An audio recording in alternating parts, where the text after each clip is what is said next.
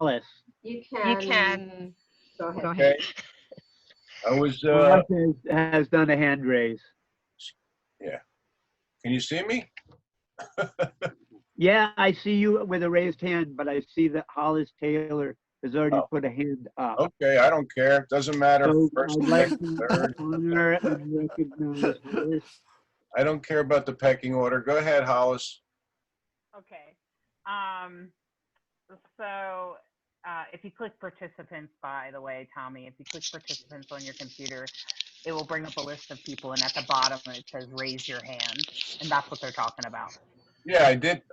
Well, I did have. I know you physically raised your hand. But Why, so, what else was the first thing that comes to mind is, first of all, I've been to a lot of fire circles and drum circles and things, and this happens. It happens a lot. And in fact, I've spoken to, I don't know how many women who tell me all kinds of stories. Some stuff that could go to law, some stuff that is just inappropriate and that none of us would be happy to hear that is at our circle. And I think that also as a mental health person, I happen to know that when you start to set boundaries in the beginning and create an atmosphere, a safe circle, that you clearly do not tolerate this kind of behavior, and you state that in the beginning, and you're clear about what you're talking about, and you empower the people that could be possible victims, which is not every time, but a lot of the times is women, and you can speak it in a way in the beginning that creates a safe space. You know, just like you would say, hey, we're not here to compete as drummers, we're here to play collaboratively. We all want, just like you would say that, you would also say, please remember that we're all human beings, and that if you are touching someone in any way, even if it's not sexual, consent is always required. What is consent? And let's have a quick boom about what is consent. And there are always people in your circle. I know me personally, I'm always happy to stand up and give a quick talk to about what is consent, what is safety, and what are your boundaries. And I can empower women to speak their boundaries. And I can tell women that, hey, because sometimes women don't know, because I'm part woman, okay? Part of me is a woman.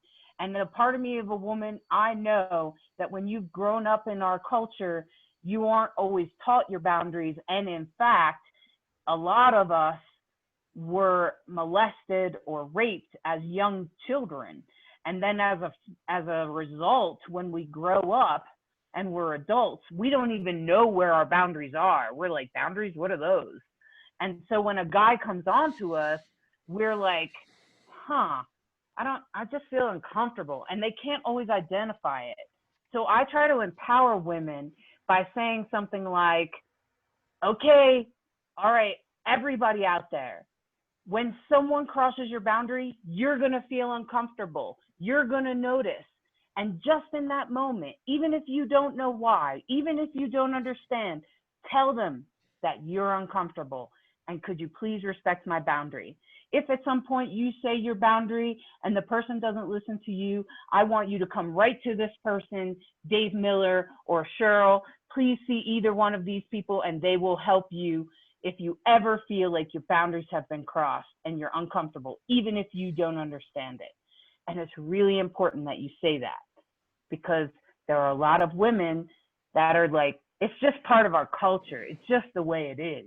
It's the unfortunate of women suffering for so long and being oppressed and being abused by perpetrators. And when you start to create that space, and the more you empower women, and the more you speak at the beginning of your fire, at the beginning of your circle, when you do that, perpetrators are like, this is too much trouble. I'm gonna move on. and they don't want to stick around because it's too hard, because now you've made it difficult for them to pray. They're there to pray, I assure you. Some of them aren't aware that they're praying, and that's another problem. So you got to remind the guys or the perpetrators and other people to respect other people's boundaries. And you can do that in a quick 5-minute talk, just like you would talk about respecting each other's rhythms. It's you know, you can even build it into that. Respect each other's rhythms, respect each other's, you know, respect each other's boundaries, respect that, you know, my drum is covered, right? So I don't want you to play it, right? So those kinds of things are just the same as our bodies. Our bodies are just as important as our drums, right? And so if you Okay, kind of Carla? that way, Carla had a hand up. help. So sorry. So when we create Thank you. those people will disappear. This is good. Let's go talk about this and get back to it, because you're hitting on so many talking points. Could we just bring in Tommy and then Carla, and then let's go around again, because this is beautiful. Okay, my turn? Yes. Okay, I think I messaged you a little bit while ago. I'll keep with the no name thing and whose circle it was, but we did have an experience similar. I don't know the details of what had happened. All that you're saying so far that I've heard is that there was a inappropriate action from a male to a female. Is that correct? Correct. Okay. I observed this at a circle a few months back before all this COVID stuff, so maybe it was even in the winter, or it might have been the end of last year. We were at a local circle, and a person, female, was dancing in her belly dance outfit, which she always does. And all of you drummers that know, dancing inspires drummers, drummers inspire dancing. So it was kind of nice. We were, you know, having the energy flow. Everything was going well. And a person came, we found out later he's out of state, but he had come a few times. And when this female was dancing, he got up and got behind her, and he got too close for my estimation. So you can't be afraid. It's not really each person's, I don't want to say responsibility. It is a responsibility to do something about it, but it has to be done in a if this has already happened. I'm not talking about beginning of the circle like Hollis said. This is something that happens, you know, after you're going. So I went to the facilitator and I went to the female, and I told them both, you know, during a break what was going on. And the facilitator did have to talk to the guy, but it was so rude and so obvious that, you know, getting behind her, crouching, it looked terrible for all of us that thought it was uncomfortable. I can imagine now the girl didn't know what was happening because it was behind her. So I thought it was respectful to at least let her know what's going on. You can't just look the other way for something like that. So I hope this isn't the same person, because it wouldn't be the first time. I don't know who you're talking about. I don't know if his culture permits this. He's from some kind of culture. I think I really don't know. It's a foreign culture, so I shouldn't say what I think it is. But I don't know if his culture permits such actions. I can't see that.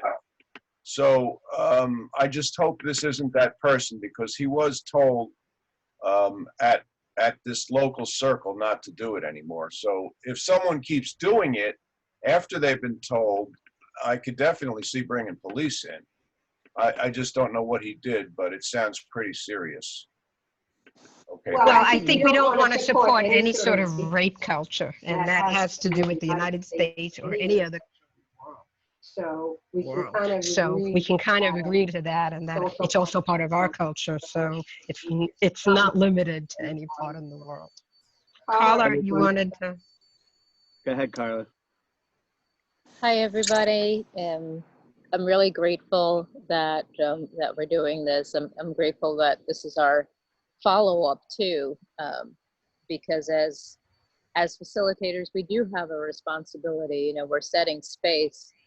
Physical space is the easy part, but energetic space and the culture that's developed in the space, that's the trickier part. And this is really the beauty of having something like this, having this this gathering, and this you know, this coming together, sharing information, even without specifics, so that we can all do a better job of what we enjoy doing. I have a variety of events. I've actually had I had something happen at a Reiki energy circle years ago, and just banned that person from any future events at that time. So, you know, as a, I think also, especially as a woman and as a mom of 2 daughters, I've always been really keen on, you know, that the idea of feeling safe where you are, and that, and I feel a responsibility to everyone, to all genders and identities, in educating the culture that's expected, and also giving the opportunity to practice that, because this is the, you know, this is the main thing. You know, when something feels good in this planet, on this realm, it goes right to that dense fire area, and we relate to life all about that. Because unfortunately, that's what society has fostered as what is valuable and productive in all of this. And so, you know, you have an experience and it feels good, and, you know, you see beauty and you want to consume it, you know, because this is how we're programmed. Here we are in all of our own different ways. You know, we don't have to be the same as drum circle facilitators. We know this, but here we are in our own ways, holding this space, and we're holding space for something. You know, we're all kind of conduits, if you will, and so we're holding space for the infinite thing, which is the power of vibration and sharing rhythm, and what happens to us individually and collectively when we come together and we do that. And so that's all we are, is the conduits and the facilitators. And so it's not uncommon for somebody to feel good and it just bing, it goes to the places that everything else goes to. I say it looks good, you know, endorphins and enkephalines tell me it feel good, and it goes right to my gonads, because that's where everything goes. It's all about consuming and all of this. So I am not minimizing predatory mindset and behavior or anything of that sort. But what I'm saying is I see myself as responsible to and for everyone, for the ignorant and uneducated, you know, and for the naively, you know, the naive as well. So I love what you said, how this is why opening circles is so important, is because it gives us an opportunity to speak about, first of all, to experience the fact that we're present together, and like have that mean something. And then after that, now to speak just a bit about what we are here, you know, and what happens when we come together. There's 20 people at the circle. There's 21 entities, because the 21st entity is the thing that's created when we come together. And this is not the way that people get to live and talk about life on a regular basis. So we have to take the time and let them become aware of that again, express what that culture means. Here we are participating in an in an infinite tradition of rhythm and vibration. And so we respect the drum. We respect all the things that carry and transmit the vibration. That's the drum, that's the earth, that's the plasma in the air, and that sure as hell are our physical bodies as well. So in that context, what you were saying is just so beautiful, because it becomes part of all the things that we practice being aware of and we practice respecting. And in the context of that, then can go into, whatever comes up for you, this is an experience, allow yourself to have it. Please, be as you would honor someone's drum, you honor someone's, each other's, and really make that. I don't even want to separate it, although women tend to be victimized in that particular way. I've also had males who suffer from, trauma and anxiety, and people get too close to them and it doesn't feel good and they don't want to come around anymore, because even though it felt good for a minute, that trigger just sent them back again. I work with a lot of folks who have overcome addictions, and, it's safe space is so rare, and it's for everybody. Everybody needs it. The one who doesn't understand how to use his hands, mouth, and body, as well as the one who is trying to, and yet not quite knowing, okay, I want to be free, I feel free, and now I'm getting this kind of response. Is this part of me being free? And that reminder of the empowerment is so important. Let it be for everybody, because especially as we're moving away from that Kali Yuga, that Iron Age, it really has less to do with those identities, and it has more to do with us, the males embracing their feminine, the females embracing their masculine. And in that way, we really give everybody the opportunity to be both educated and have the opportunity to practice what we're educating them on, which is the culture of being in rhythm, celebrating in rhythm, experiencing rhythm. Thank you, Carla. I'd like to honor Bright Hawk. Wow, Carla, I loved what you said.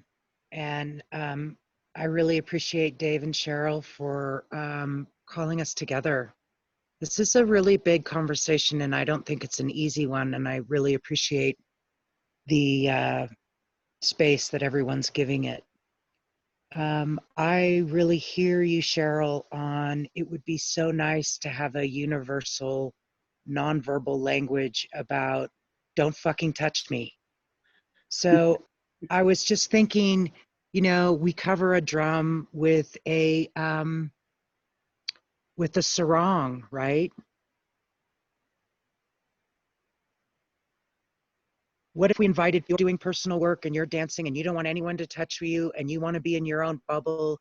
You put your sarong on over your head. Women have done this many, many times. I've seen many women do this where, okay, I'm going into my work. And in a magical space, we pull our hood up on our cloak, don't we?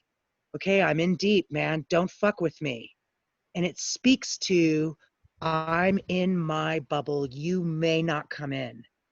If we give permission to stating boundaries using those symbols, and it doesn't have to be this, that I love what you mentioned, Cheryl, about costume is not consent. It's the same idea, and it's a way of saying we're all here. And I want to emphasize two other things. And Carly, you said it really well, and Hollis mentioned it, Dave's mentioned it. And even Purple mentioned it, I think. Doesn't it always seem to be the person who is out of sync with the community is the person who wasn't at orientation, they weren't at the opening circle, they've somehow are not in step with the rest of the community and the intention setting and the safety creating that's going on. That seems to me like almost 50% of the time. I shouldn't even qualify it like that. It doesn't matter. What I've also seen is circles where we're too open and those things get missed, and then it's a free-for-all party. It's okay if I have some beers, it's okay if I have some bowls, and there's the liberation of the spirit, and suddenly there's boundaries getting crossed that might not get crossed if those things weren't present. So I have seen a variety of things take place. Some of it has already been mentioned. One is our circles are sober and we say so. If you want to party, if you want to trip, if you want to get fucked up, maybe you want to go to a different circle. And usually those are not facilitated circles most of the time.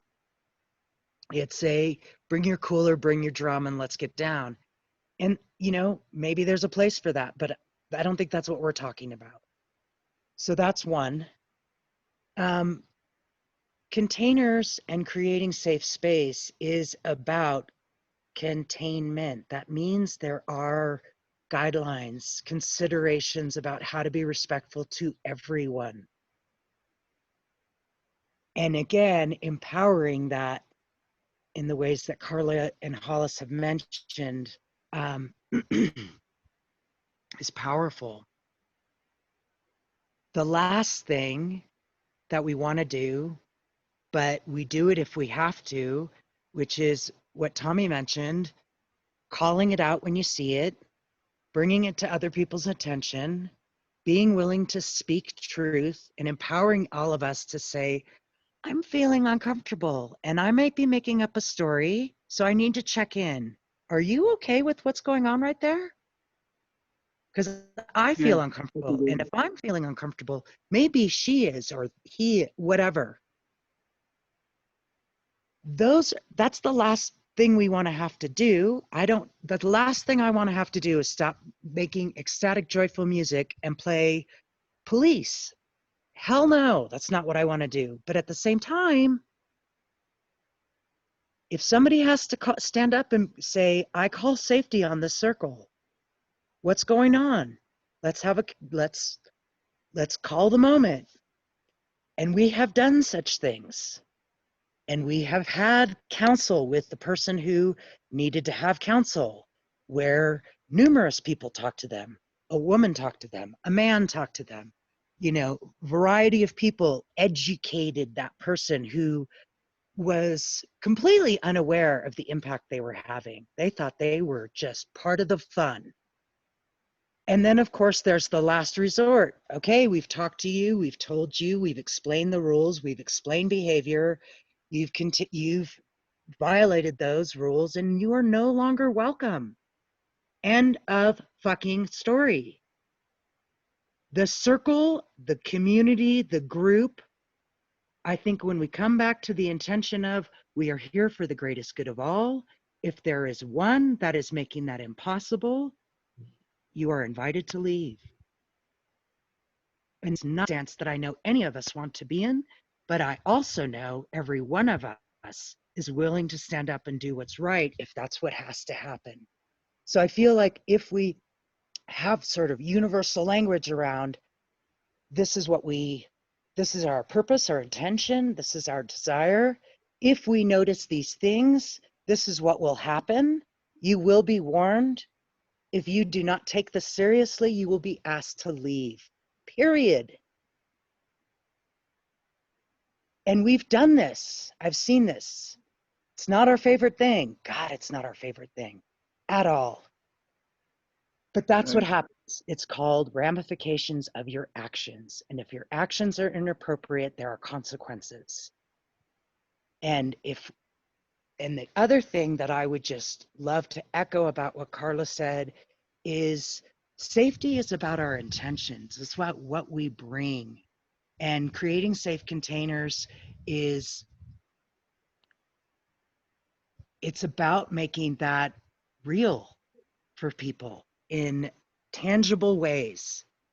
And in my experience, when we invite, ask, encourage people to step into that place, they do every time. When we have not made it specific, when we have not been explicit, when we have been what I'll just say is loose. Oh, come whenever you feel like it. Don't worry if you miss the opening, blah, blah. When we allow those things to happen, that's when I notice this kind of stuff creeps in. Okay, I've said plenty. Thank you very, very much. Wow, so much good stuff here. Anyone else want to either raise your hand or if one person speaks up, just in response to all that we've heard so far. I think I would like to just throw out that there either be an action plan of some sort. Either we're coming to guidelines or we're coming to some sort of statement that everybody knows the guidelines are under it, like, drummers support safe space, something that we can get our hands on and we can send to all the drumming groups. So, or something, but right now maybe we can open up for some action items of how we want to proceed and go forward in order to resolve any future problems that might happen. Can we just hear from Joaquim? Actually, he's the only one that we didn't get to hear anything from yet, and he just had his hand up. Ah, okay. He has to unmute. Joachim has to unmute. Here There we you go. go. I think I did that. Yeah. he was Well, I working on- came in late, so I'm not really familiar with all the, the subjects and how they emerged.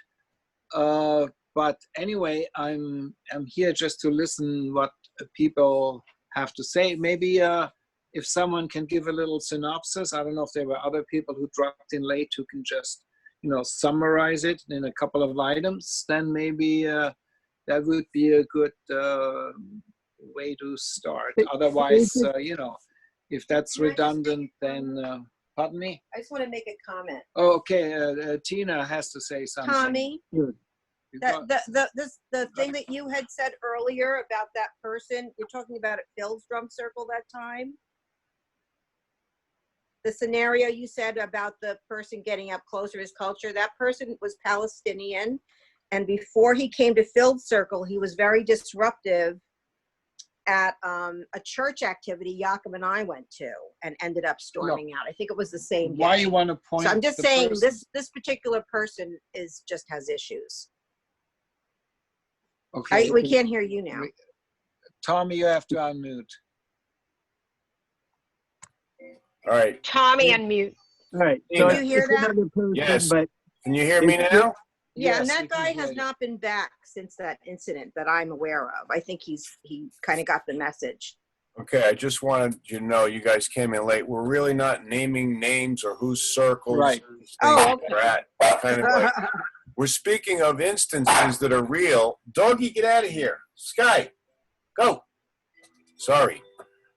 That's my little Sky dog. We're talking in particular probably about the same person, Tina. I don't know, but I was going to bring up when Brighthawk said about letting the person know. I just want everybody knows that there are people out there that if you say, there are emotional people, let's just put it like that. Maybe people that have emotional problems. You can't you can't really tell if you don't know people and they come to a public circle what they're all about if you don't know them. So this person that we're referring to, a lot of us never saw before he started coming around. We think he may be from New York City. We don't know, but the idea was that this person seemed emotional when he was talked to about even other things. He'd go in a corner and he'd put his head down, but he had a very mean look. So people were a little scared of the person because of the way he presented himself. So that's something that's a little harder to grasp if you're not there and you don't see the person and you've seen how he is emotionally. He doesn't take, I think when someone says something to him, he doesn't take it right. He takes it very offensively. So some of us feel we could be afraid of this person if we say the wrong thing. So what we said that day, I brought it up to the facilitator, and I know he talked to him. And I haven't seen him back, but I didn't know if, this person is the one you're talking about. But in any case, what do you do with a person that comes to the circle that has emotional issues? And we're on a fine line here now because everybody wants to be treated equal. You want to be nice about things, but how do you handle somebody that you think is a very risk factor to everyone else if you say the wrong thing? That's just a question I have. Well, I remember that particular incident. I think you got up and danced. Other people got up and sort of surrounded the dancer and kind of Yeah, but I'm helped her to talking about how you, distance. Okay, I don't I'm think just we're saying there talking. was like a Okay. non-confrontational Try to response. Yeah, think but about I it. don't think we're talking about the same incident. Yeah, try to talk in terms of in general, not specific events. I mean, you Okay. could use it as a reference. Hollis, do you want to join in? I know you've had your hand up. I'm going to mute. So for now. the first thing I want to say is that I've been to circles from Pennsylvania to California to Costa Rica to Minnesota. And in my experience, it's the same story over and over again. So I know that you guys are talking about a particular person, but I'm just going to say that this will happen again and again. Okay? And it just is our reality in the United States right now, and in a lot of other countries too. And what ends up happening is that these people are just unaware of boundaries. They're aggressive, like Tommy was talking about, and I totally get what you're saying there, Tommy. And I think as facilitators, if you feel like you can't handle a person, then maybe you need to have another person at your side. Maybe it would be two of you that would approach this person together. That can be really effective, especially if both of you are on the same page. And so I think what Cheryl was saying was that she wanted to have guidelines, and I agree. I think that that's what's most important right now. There are a million incidences that I could tell you exactly what you described earlier, Tommy. I've seen it. I've seen it and seen it and seen it over and over again. And it's a different people all the time. It's not always the same people. Sometimes it is, but not all the time. So you can make guidelines that says, okay, like if I was in your circle, you could say, hey, Hollis, would you mind being our counselor tonight? Like we come call on you if we have a problem person. And I'd go, yeah, I'm that person for you. I'm happy to help in that way. I'm a mental health specialist, and I'm a great diplomat. I'm great at talking to people when they're screwed up, okay? So like there's got to be somebody in your circle that can handle that, and maybe a person that is, I don't want to say in charge, but the facilitator. So maybe you, Dave, or Dave and Cheryl together. Moderator, facilitator. Right, so you want to have your facilitator, but you also want to have a person that's like, you know, mental health educated, that there's actually words for it. It's called trauma informed, or a person that's a mediator or a coach or something like that. And if you just ask in your community, you might be surprised at who steps forward. You'd be like, oh, I didn't even know. And so these people can step forward, and then you have a sort of team. So then if you have an aggressive person, you can approach that person as a team, and you're all on the same page. So you want guidelines to set the circle, and then you want guidelines of how it's handled if something happens. So it's okay, so you announce at the beginning of the circle, if there's a problem, come to Cheryl and Dave. Right? And Cheryl and Dave know that Hollis is here tonight, and Hollis is willing to be a counselor. And so then a woman comes to you and tells you that she's really scared of this guy, and she doesn't know how to speak her boundaries, and he keeps coming on to her, following her to the bathroom, right? Okay. And then you two are like, wow, we don't know. And he is kind of intimidating. Let's bring Hollis. And then the three of us go together as a team, as on the same page, and we're like, hey, this person has this woman has expressed that you've been following her around, and we'd like you to leave her alone, and these are the behaviors that you're doing, and these are the things that you cannot do, and we won't allow it, and we need you to listen, or you'll have to leave. And that's it, and you just lay it out. And I think that when you have a team like that, when you have 2 or 3 people that can step forward, that are on the same page, the person that was aggressive or scary will suddenly become not so scary, if you get what I'm saying. And if you Sure. lay the space in the beginning, if you create the safe space, the boundaries in the beginning, that guy who was thinking about trying to get laid tonight is going to be like, maybe this isn't the place. See? So he's just going to leave. And if he doesn't, you have a plan to handle him or them. I don't want to always say it's guys, because it's not. And I know Yeah, that. yeah. But we've kept an incident from happening and kept everybody feeling safe. And I've seen it so many times. I just can't tell you how many times I've seen it. I've seen it at drum circles. I've seen it at fire circles. I've seen it where people are really intimate. I've seen it where people are all strangers. We were on a city street in Harrisburg, Pennsylvania. And this man just wouldn't leave these young hula hooper girls alone. And eventually 2 or 3 of us went up and approached him and said, hey, we need you to leave them alone. And Wow. so, you know, if that kind of thing happens, it just happens. It doesn't matter. And it doesn't just happen in drumming. It happens in Right. all kinds of places.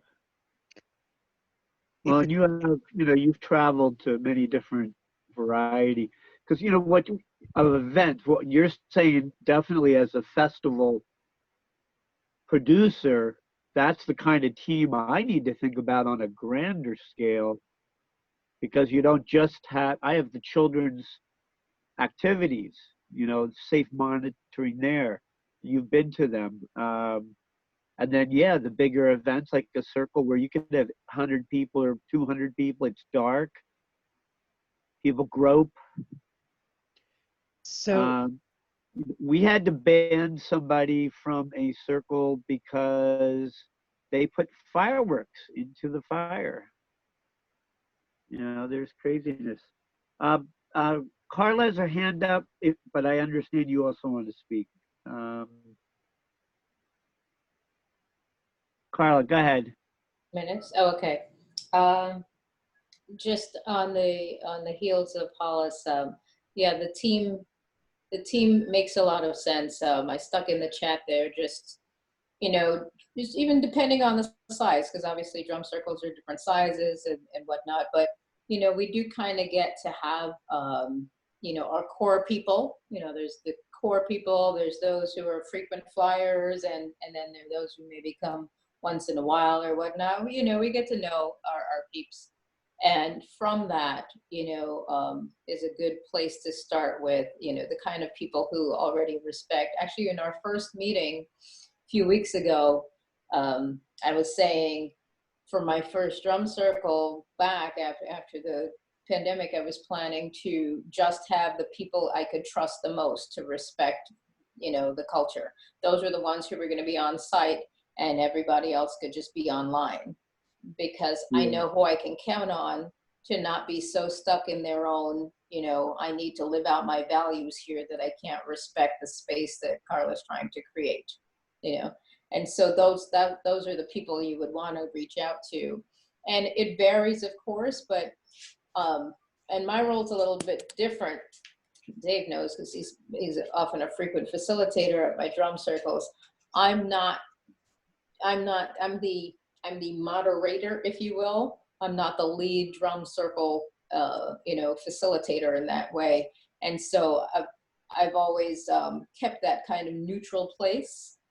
Open the circle, hold it, really keep the eye on the energy and space, and even as people come in afterwards or whatnot, and play different instruments, and then hand it off to someone to invite them to, this just kind of nonverbal conversation, if you will, an invitation to participate as you see people are shy, or, this sort of thing, or read the energy of the space and say, you want to try this one this time? Or, I see you eyeing the bass drum, whatever it is, and do all of this in kind of a nonverbal way. But that it's kind of a neutral space I'm in, because it does allow me to float, and it allows me to be able to pay attention to what's going on. Still participating, still enjoying it, but I'm not like Dave.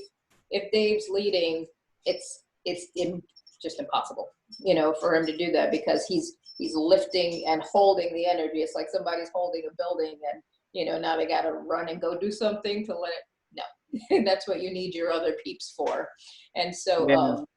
you know, even if it's just one other person that you know you count on, and even if it's the two, you know, maybe two main drum facilitators and they're trading off or whatnot, but you know, one of them is the on person, if you will, and the other one is, okay, I'm here, I'm in support, but I'm a little more free to read the energy.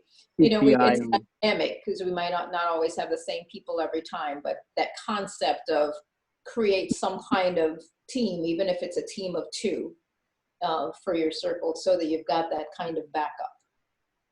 All right, Bright Hawk.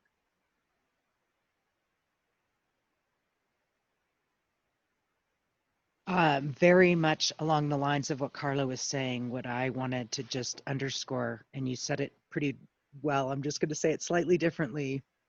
People embrace what they help create. We don't create a circle by ourselves. We're one person. So the more we help empower everyone to have a role, I like everyone to feel like they are the host and ambassador of the circle. So not everyone's a musician, and those of us who are tasked heavily with that can only do so much while we're in that role. And I love, I've witnessed this many times. Hollis is a great example of empowering somebody to be the host with the most and rock out the food altar. I've had men who are firemen, and it's their livelihood and joy to protect their community. You empower them to keep an eye on things, be a welcoming energy, but also an energy that helps everyone know nothing's going to go down when Craig is standing next to me, you know. And I've literally had to say, simmer down, don't, you know, let's totally be this face of welcome. But if anything ever happens, I know that the people who consider themselves guardians, and Dave, when you're running a big festival, once you're over really 50 people even, you want to empower some folks that take joy in walking around and meeting everyone and knowing that everyone's informed about what time the circle starts, and everyone knows where to put their appropriate trash, or if it's, you know, don't leave any trash, take your trash with you, or, you know, my experience as a change manager has been over and over. Most of the time, people will do what you ask or invite them to do. Most of the time, people want to know, how do I play by the rules? How do I play in this playground? And the biggest problem we usually have is that we don't tell anyone. We don't give any information about, oh, we just all figured it out and everybody sort of had a collective agreement that we never really talked about. You know, these are the times in which things are making us be very explicit. And I think that the invitation to have a standardized set of drum circle community honors all people. It's like those beautiful lawn signs that say, in this community, we believe Black Lives Matter. Children don't believe in cages. You know, it's that list of like, I don't know, 8 or 10 total humanitarian things. Like, this is obvious, you know, that's that same level of obvious. I almost think that maybe play a game on putting the memes out there, and if people agree with them or want to help refine them, you know, so that we don't come up with a list that we think's perfect and then people go, oh, what about, you know, invite community, create and share and empower together. The more people create it together, the more likely they are to want to spread the word about it. Look what we created together. Oh my God, you guys, spread this to all your groups. Yeah, it's part of the plan. Yeah, so I'll stop talking. Thank you. Hey, Mike, you've been quiet. Your thoughts? If he's still there. Second, is that me? Hello? Yeah. I have a lot of thoughts. Some I'll share. Not too many, though. I don't know what happened to my picture there. Can you hear me okay? Okay. Yeah. So, the drum circle is a representation of the communities we live. Whatever goes on in the drum circle, from what I'm seeing, goes on all around us in our communities. Same behaviors, same everything.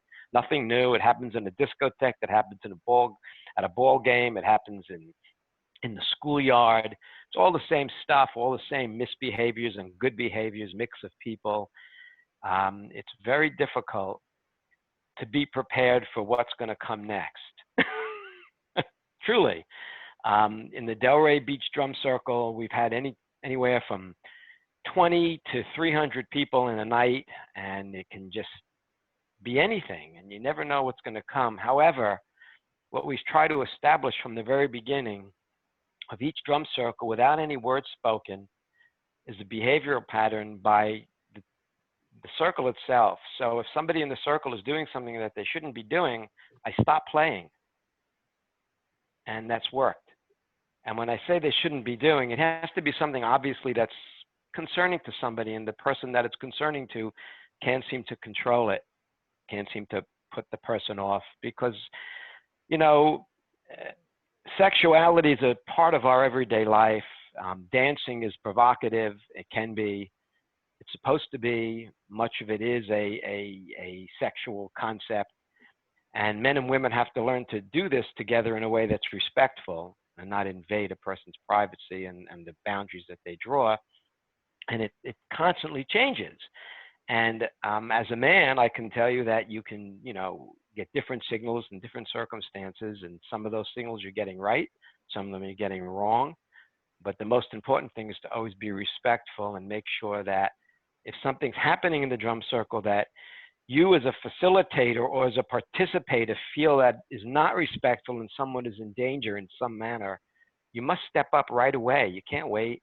You can't look around to see who else is doing it. You have to stop what you're doing and gently get over there. And if you're concerned to go alone, you grab a couple of folks to go with you. I've done this numerous times. I've walked up to somebody. I always grab 2 people to stand behind me, so the person knows I'm not alone, and I gently tell them what they're doing, they have to do outside the circle somewhere else.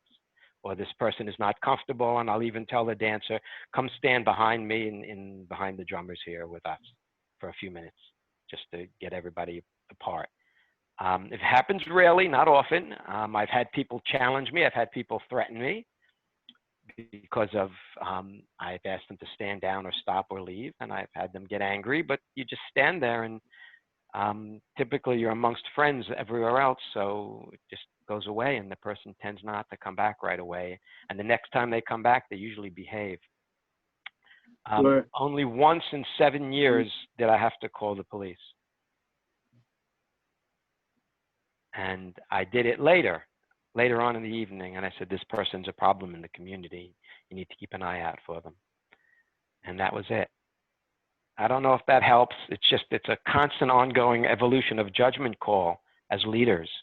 And we need to know that people, the drum circle does call for a certain feeling of freedom. So people can get the wrong message, even innocently, and misbehave. And we need to always step up right away when we see it and not let it happen. Even if we're concerned a little bit that it might have a negative effect on the moment, that's more important than someone getting into a very uncomfortable or unsafe situation. Or dangerous, yeah. And I'm from New York, so I can get in someone's face. I don't mind. Carla has her hand up. Sorry, I thought I could share the picture to the chat, but it didn't turn out that way. But I just wanted to show you guys this. One of my students created this years ago, and we have several copies laminated, and I distributed it to a few businesses who also kind of took up this creed, if you will.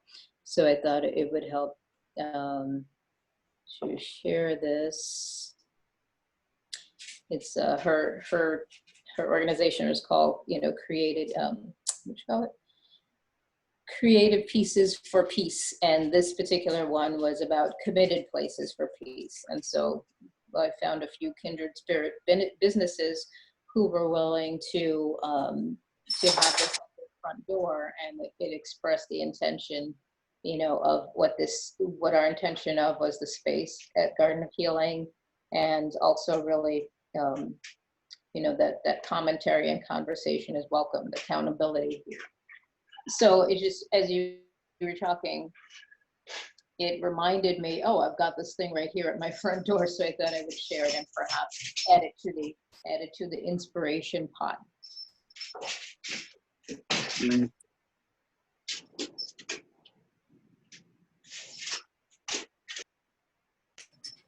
It's like Joaquin is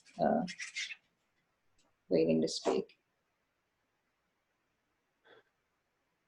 Nope, sorry, Dana's waiting to speak. Do we have it? Did Dana ever come on, or Jimmy? No, Dana's there. He's waiting to speak. Yep. Yeah. Oh, you can't see me, Dave? There we go. Okay. Yep. So hi everybody. Sorry I was so late. I got stuck in some long errands. I don't know if you guys covered this before, but it seems to me that part of the problem is, despite the fact that all of us can agree on what's appropriate behavior in a drum circle, if you don't make it explicit, then people come in with their own assumptions. Maybe some guys think, oh, these are a bunch of crazy hippies and they don't care, so I can do stuff here that I couldn't get away with in church or in some other environment, in school, whatever. So I think since we organize these events on social media, you can't hear me too well, Jacob? Is that what you're saying? You guys having trouble hearing me? Yeah, it's kind of muddy, breezy. Shit. Let's see. Give me a second here. Let's see what I can do. Yeah, it's gobbling. Okay, hold on a second. We know it's you, but Oh boy. Is this any better if I get closer? Okay, good.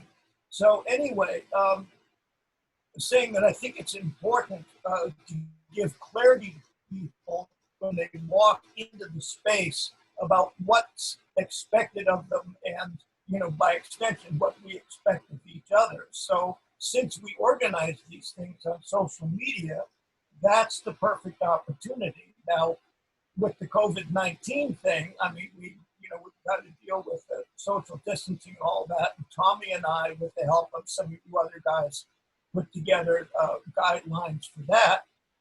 Those are posted in a bunch of pages and groups. So we wouldn't necessarily have to keep repeating that stuff. We could just say, in terms of COVID-19, we follow the guidelines that you'll find on, elsewhere on this page. I guess it's time to do the same thing for interpersonal behavior and, sexual harassment issues. So whatever we come up with, I think if we can have kind of I don't know if manifesto is the right word, but a statement of our intentions and our commitment to making circles a safe place, and be fairly specific about, basically any behavior that another person expresses discomfort with, you just got to stop it right then and there. And then, of course, we encourage people to tell the facilitator if there's a problem. But if we come up with a little, 2 or 3 page statement that we put on all of our pages and groups, right. and So we people walk in knowing As I said, you know, they're, I mean, look how drum circles are portrayed in, you know, mass media. I mean, obviously, you know, most of the people that come to our circles know a little bit more about it than that, but most people have only heard of drum circles from, you know, the front page of the New York Post during Occupy Wall Street, where they said drum circles have invaded New York. And then there's that South Park episode. You know, it's a matter of confusion and mythology to people that don't know about it. And I think that's one of the places that misconceptions come from. So if we can maybe have a little committee to put together something that gives clarity and that we post everywhere, that would help. Now, I like one of the points that you were making, that it's very, people feel more committed to this type of thing when they participate in it. So maybe we should announce that we're putting something together and we want input from everyone in the community. So we could say, you know, send private message so-and-so, whoever wants to take that on, maybe a few of us can. But I think we should invite everyone in the community to make suggestions about what the content should be. Maybe it's private messages, I'm not sure.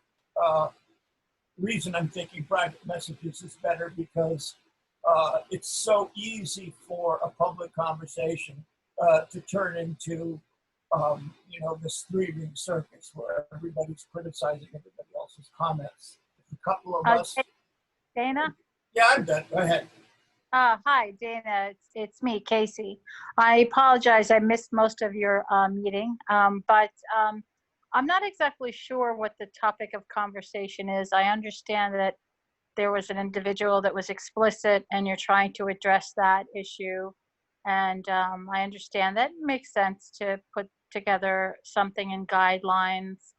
However, I don't really know if I can comment on it because I don't really know what, you know, I don't know exactly what happened or anything. So I'm gonna kind of restrain. We're not addressing the particular incident or incidents. We're all sharing our experience having held circles and what we've been able to do about it, how we can practice good guidelines of safety, having, you know, people help in the process, who to go to if you see something, reporting it, etc.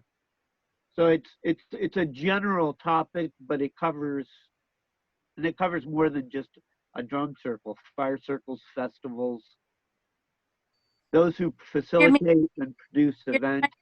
You're trying to put something together for acceptable behavior? Is that what you're saying? Well, there has been an incident of some sort of sexual harassment. This is common. Okay, there have been many of this type of thing. So we're trying to address it in general for the drum circle facilitators. And if we could come to some sort of statement, comment, something we all believe in and can get behind in, then we know what kind of behavior we expect out from the drum circles and the festivals and everything else. And we at least have a statement behind that, and people can kind of go to that. It becomes more of the accepted culture instead of a culture that just says, well, you know, anything goes, that type of thing. Oh, okay, that makes sense. It's a good guideline of safety, and also it encouraged people that may not have gone to a drum circle. Maybe they had misconceptions about what a drum circle is, and they say, wow, these guys practice good control. You know, I like their policy, let's do it. So yeah, it wasn't really to try to sit here and talk about a particular incident and who knew about it or anything like that. I mean, I've been doing circles for over 25 years. I've never run into any kind of incident, but I can understand if, you know, something happened, it's got to be pretty awful. So to bring about a guideline. So. Well, a quick suggestion, if I may. What was that?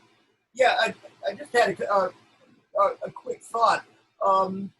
There's something called SurveyMonkey, which is a free service. I'd be willing to do the, you know, the computer stuff involved.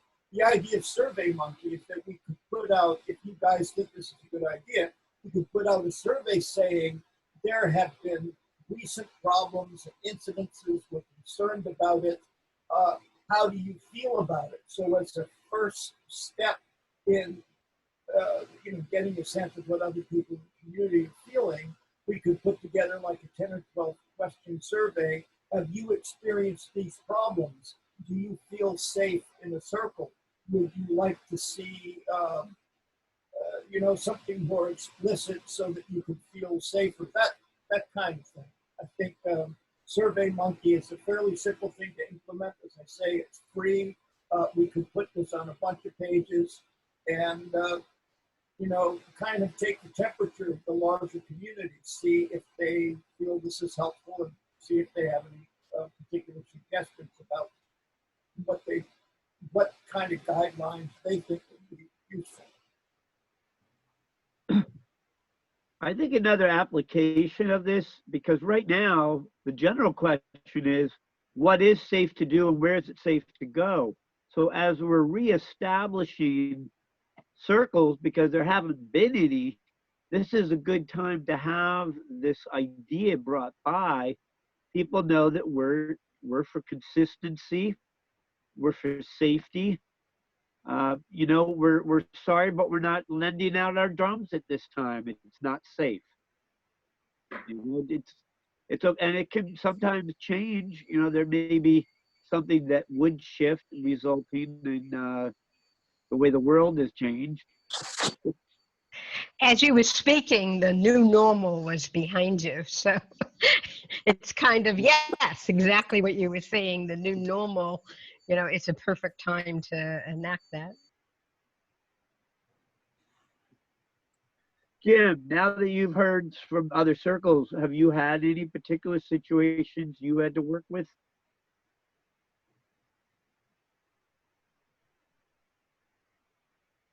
Maybe I don't know if we lost you.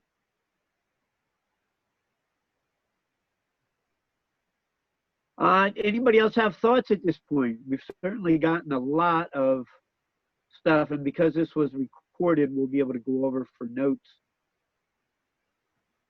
I'm cracking up. I agree with you that we're having this conversation now at a time when we have to socially distance. Don't even think about touching each other. Don't even think about holding hands. Like, Yep. maybe we never do that ever again. You know, like, talk about a reset. Holy moly. But I really love that we're starting this conversation, and I really hope that we bring something like what Carla shared, that sort of creed, if you will, or as a community, we all agree this is who we are, and that everybody has a chance to pitch in on. Everybody can drum, everybody can feel safe. Sorry. Yeah. So I like your idea of SurveyMonkey. I've certainly done it a lot, but you know what that requires. That means you have working mailing lists and emails and ways of reaching out to people. Not everybody's on Facebook. Not everybody responds to email. There's hurdles there that,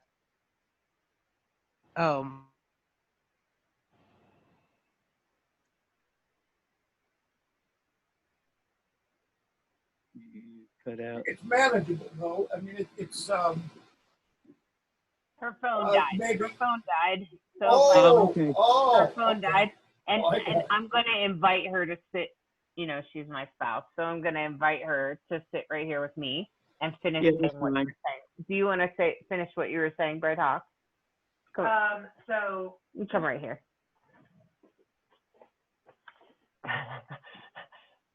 just that, Get your stool. I know.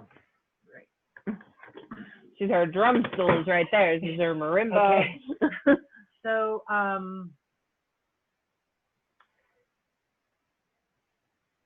SurveyMonkey is a great idea. I just find that it could be challenging to execute.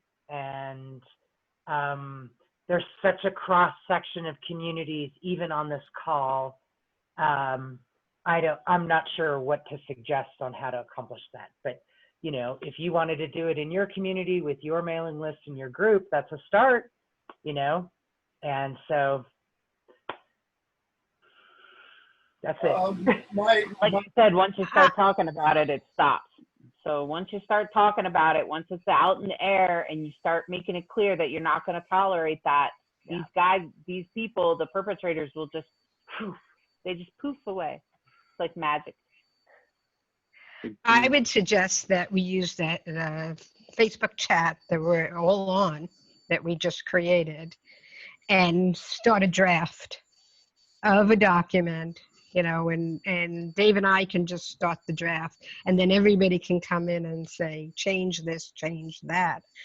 And what that would do is at least we have a start of something. And then once we have a start of something, we literally can say, you know, the drum facilitators, you know, are drafting this, or are there any other comments, and just send it out to the groups we have and make it as simple as that. And if they're not on Facebook, then we're going to just rely on word of mouth of somebody to, hey, did you see that on Facebook they have this, and just let it go like that.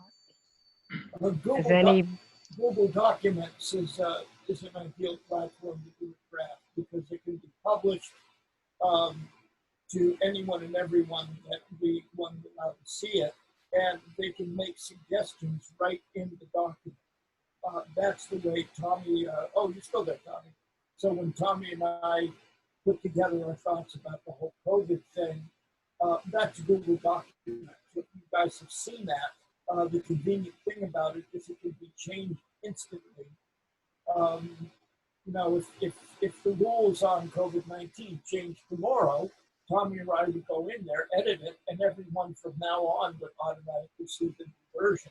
When Tommy and I were writing it, I would write something, he would see it, he would change it, and you don't even have to tell the other person you're doing it. The next time they open it, they see, oh, Dana left this comment, and Dave left that comment. And it's all in one place. And you can actually build a document with a bunch of people collaborating on it, and everything that everyone has contributed is already there in different colors in one place. So it's a very helpful tool. Are you talking about a Google Doc? Yeah, yeah. All right.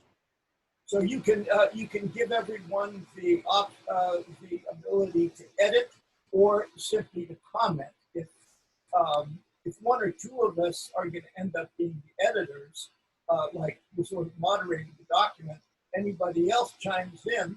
The next time we open the file, we see, oh, so-and-so had this suggestion, and we have the option of just adding it into the document permanently, or not, or changing it. But it's a very transparent, fast, easy way to you know, make a document that people can keep contributing to. We got it. All right. Am I up? Yeah, go for it, Tommy. Okay. Yeah, what Dana and I were putting together did go out well. I think some other facilitators, they might have changed some words up, but the COVID-19 safety guidelines, you want to call them, was a good idea.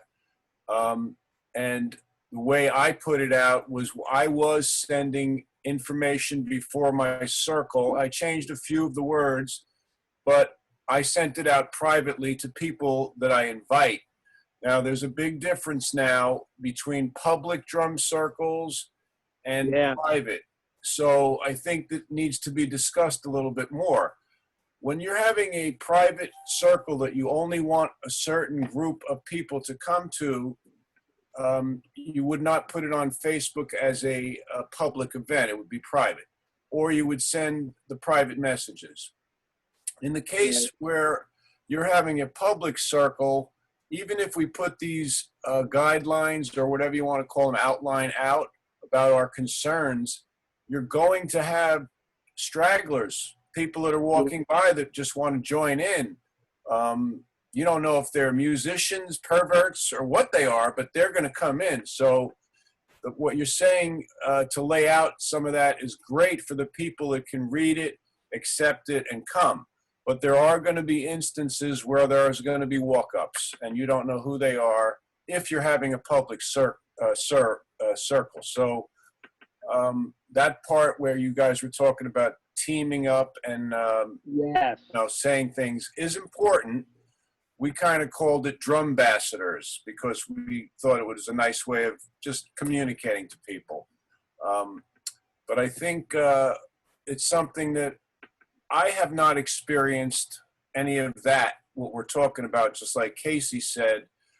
I don't know if I would feel comfortable addressing people that I know if I'm inviting them privately. I know there's no need.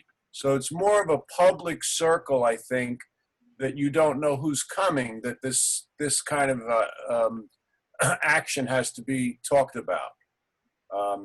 I don't know if you agree with that or not, but to me, privately, if you know who you have, you might not have to push this, but publicly, if you don't know who's coming, it probably is a good idea.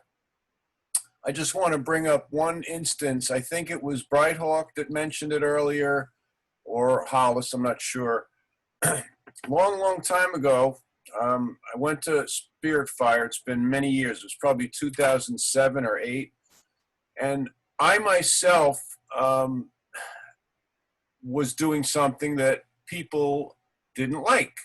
And I was approached in a nice way. It was late at night. You know those circles, Brighthawk, they start at midnight or so, right? And it was about 2 or 3 in the morning, late at night. And I had gone back to my campsite to change because I had sweated right through. So I saw this necklace that lights up. And I thought, oh, I'm going to put this on. This will be cool. I came back and I was approached nicely to say, it's distracting people.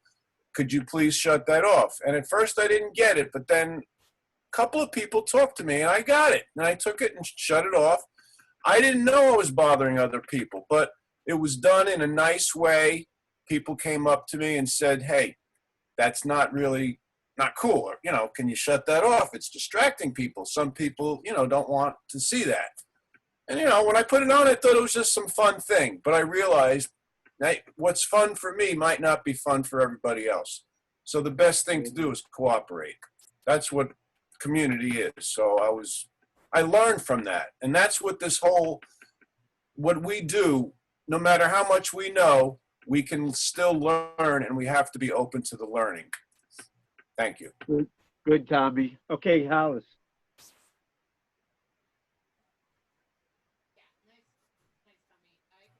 Hollis or Brighthawk? You gotta unmute, Hollis.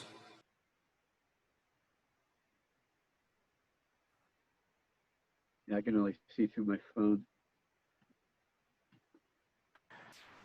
No, what happened was when I took my headphones off, the Zoom changed it. So they changed my microphone. So you could probably hear me now. And so what I wanted to speak to was kind of like what Tommy was saying was that, but I kind of disagree with you in a way, Tom, because I've had private circles where I thought I knew everybody. And then, I know this girl who's a belly dancer or something, and she wants to come, and I know her really well, and I know this guy really well. And then the next thing I know, there's a problem. So I would, no matter what space you're holding, whether it's public or private, or you think you know everybody, I just think if you just speak it in a way that's like casual, like, hey, we respect each other just like we respect each other's drums. You don't touch without permission. Please make sure you ask people, just be like that. Just be plain and blunt. Don't overcomplicate it. It's just simple. And then when that does happen, if you have a plan, like Cheryl suggested, then you're good. This happens everywhere. You may not have witnessed it, but I witness it in every festival, every place I've ever been, even in a shopping mall where I knew nobody. I have witnessed inappropriate behavior. Unfortunately, it is usually from a male, but not all the time. And so I'm just saying, it doesn't, I've been to an AA meeting. I've been to an NA meeting and seen it go wrong. I've been to all kinds of places. So it's going to happen. So if you just hold the space, if you're just clear and strong about it, and you're kind of like this, don't fuck with me attitude, like, this is the rule. This is the way it is. You either play along or you don't. And that's it. And, you know, and you just plain and simple. I used to help facilitate the Harrisburg Circle, and that was very public. Man, we had activists come through with signs and shit. It was crazy. It was very public on the city street. And we always had that problem. Always. And so we just started speaking up in the beginning. We would just start speaking up in the middle. And sometimes we had some other more creative people, like I mentioned, Ava Berg, who would come in with a little rap about boundaries and consent. Okay, so, you know, you just make it plain and simple, and you empower anyone that wants to bring that message or amplify the message with a song or a rap or something. You empower that person as the facilitator. You're like, hey. And that's exactly what happened in Harrisburg. The guy that was running it, he said, hey, Hollis, you know about this. Will you step forward and talk about this? And hey, Ava, you're always doing raps about stuff. You know, maybe you would do one about this too. And she did. And so that's what I'm just saying is, like, if you're just plain and simple about it and you just talk about it and it's just part of your culture, it happens everywhere you go. And if you dig this into your culture, it won't happen. And if it does happen, it will be well handled, and it will be like taking out the trash can. Grab the bag and get rid of it. And that's it. It's just to me that simple. Just because you don't know that it's happening doesn't mean it isn't happening. Right. Well, and like I have not always put alcohol free in my drum circles, because in the past I was not always alcohol free. Now that I have been sober, I put that in my circle, in my listings. People thank me for it. They say, oh good, I know I can come here. You've given me a guideline that I can practice. Just like you would say, is it kid friendly or not? But I know from having produced festivals, I'm a huggy kind of person. I had to have a group of women sit me down and say, Dave, you cannot assume that everybody wants to be a hug. A hug can be a trigger. So you got to talk about it, get it out, and keep it going, and remind people, especially if it is their first time.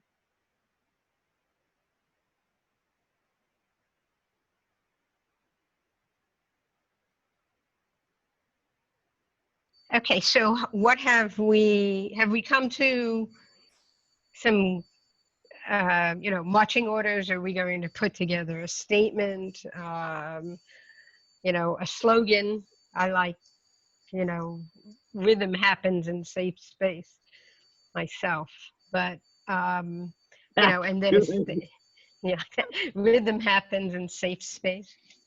Anyway, but we can use Google Docs or whatever, and start a statement. And I really think we should start it so that we can't just say, okay, on Google Docs, a blank space. We basically have to come up with some draft that then people can go in Google Docs and change things, add things, and collaborate. Dana? Rhythm happens with boundaries and consent. How about 2 stages where we have a first Google Doc that's just collecting ideas? So somebody has like a phrase like that, and you say, this could be a good catchphrase. And somebody has a very specific suggestion. So maybe one Google document, and that might be the place to start, would literally just be a list of suggestions. And then a couple of us could get together, see if we can. By the way, this is kind of what Tommy and I did with it after the COVID-19 meeting. We had all these suggestions from other people that were in the chat area. That's a good place to put stuff too. It's the chat area right here in Zoom. Tommy and I took some stuff from that, and then Tommy and I added stuff. So we had all these separate points. And I think I forget who started, maybe I did, like sort of massaged it into, coherent sentences and paragraphs. But I would suggest that as a starting point. I mean, this conversation has necessarily gone in a lot of different directions. So if each one of us in the next few hours a day can just sit down and say, this is my specific thing that I'd like the group to consider. Put it in the document, just a list of stuff, and then we'll see if we can start making stage 2 out of that, which would be a new document that starts to look like, what we send out to people. And then we'll edit that and add to that and change that. It's like a rough draft versus it's like notes, I guess. A novelist might take notes on storyline, right? And they don't read like a story. And then they make a first draft and then they edit it. So maybe that kind of a 2 or 3 step process would We got your make it idea. easier.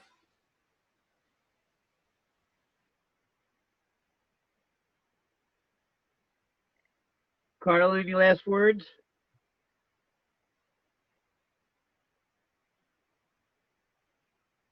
How about you, Tommy? You got on mute, Tommy. Peace and love. Good night. Thank you, everybody. Keep your drum alive. I just, Let me know what you come up with, and we'll work together. can I just say one thing before you go, Tommy? Sure. Yeah, I'm raising my hand. I'm not yeah, go ahead.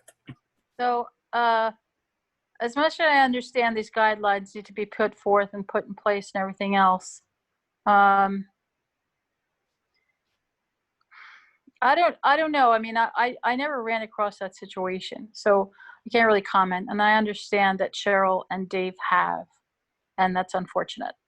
But wouldn't it be the facilitator's place to just kind of go up to them and say, hey, that's not appropriate behavior, and just handle it that way instead of Not easy when you're in the middle of drumming. wait, let me just finish real quick. So, I mean, in the past, that's what we've done. I mean, a drum circle, the whole idea of a drum circle is community. It's like spiritual. The fact that we can't share each other's, closeness in terms of proximity and distance is unfortunate. But eventually COVID virus is going to lift or have a vaccine or something, hopefully, that's tested. And it's going to go away. But I think that some of these issues that are coming up, I know that people in my groups and in my general drumming facility people, they're kind of like against all these guidelines. They're like, oh, why do we need guidelines? Why is it a big deal? We've been drumming together for 15 years. Why is this coming out now? Why is it, adhere to us? So I'm just kind of like putting it out there. And, so that was my 2 cents. I think that's great, Casey. So if you could just support everybody else that may find the issues around the world. Right now, we're going multi-states from New York, New Jersey, Pennsylvania, Florida, Colorado, upstate New York and Woodstock and everything else. So if you could just support everybody, then everybody together, I think, will change the culture so that your group that's more solid can be a very good example for another group that might be a little more unstable. And certainly the more senior drum facilitators should lead like that, and that's good. So you've accomplished that. So now let's help everybody accomplish that. Okay. So one last thing I want to say, the one last thing I want to say is that first of all, when you first start changing your circle, whatever it is, some people may leave because they say you make too many rules or whatever.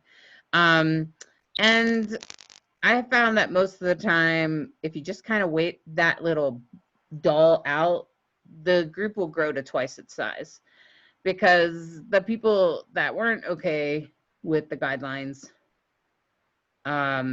with the people you wanted to have there in the first place. Exactly. That's exactly what I was going to say, Dave, but I wanted to say I was trying to be nice about it. And so thanks for taking the words right out of my mouth. And so the thing in the end is that in the end, I believe in resonance, and resonance is if you're in the program, you would understand this. So I know at least Dave is, but when you choose sobriety, that means you have to walk away from the people you used to drink with, and that's changing your resonance. And then that means that you're choosing to be around people that are more sober, that don't spend their time, being drunk. Okay, and that can be hurtful. It can be painful in the process, but on the other side, you end up with this huge community, right? Like the AA community is massive, right? And you end up with all these people that love you and embrace you just the way you are. And the same thing happens when you change things in your groups and in your communities. When you change things, some people that you probably could do without, but you didn't know you could do without, leave. And that can be hurtful at first. But then if you wait, all of a sudden, all these other people show up because you changed, and they're like, well, that's why I wasn't coming. And you're like, wow, really? And that's just kind of how it works. And I call that changing residence. And so the last thing I want to leave you all with is that, I don't know, you guys may or may not be drumming, but I know that drumming is very therapeutic for all of us, and we're all struggling in our own ways, in a lot of different ways. And we do this thing called the virtual fire circle. Next one's August 1st. We do it online, and we do drum. We can't always drum together unmuted, but you don't need to hear. If you see Bright Hawk over here, do on her drum, you don't need to hear her to play along with her, or to get the therapeutic events of you playing along with her, hearing her, playing along with her. We don't need to hear you for you to receive the benefits of your drum.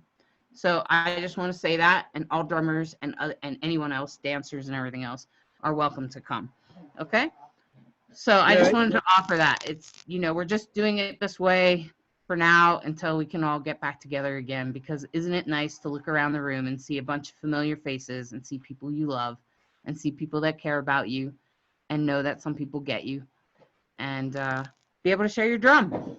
Where can we find the link for that? I'll put the registration link up, so that you can just register, and you'll get emails every time we're having one. Great. Thanks. Okay. Hope to see you there. I was in one. It was good. Yeah. All right. Well, thank you, everybody. Thanks, Dave. Thanks, Cheryl. Thank you. Thanks, everybody. We'll go Thanks, Dave. together and start to draft and figure out the technology. Thank you. And get that working. Thanks, everybody. Thank you very much. Thanks, everybody. Namaste. Ciao. Namaste. Namaste, guys. Namaste. Okay. Thank you all. I don't know how to get out of this. Quit Zoom. There's a leave button. It's Somewhere. red. It says Whoa. leave. Well, that's my something. I've had people be stuck in and they Oh, can't there get it is. out. Okay, good night, all. Bye. Didn't leave. Still- Bye. I said Bye.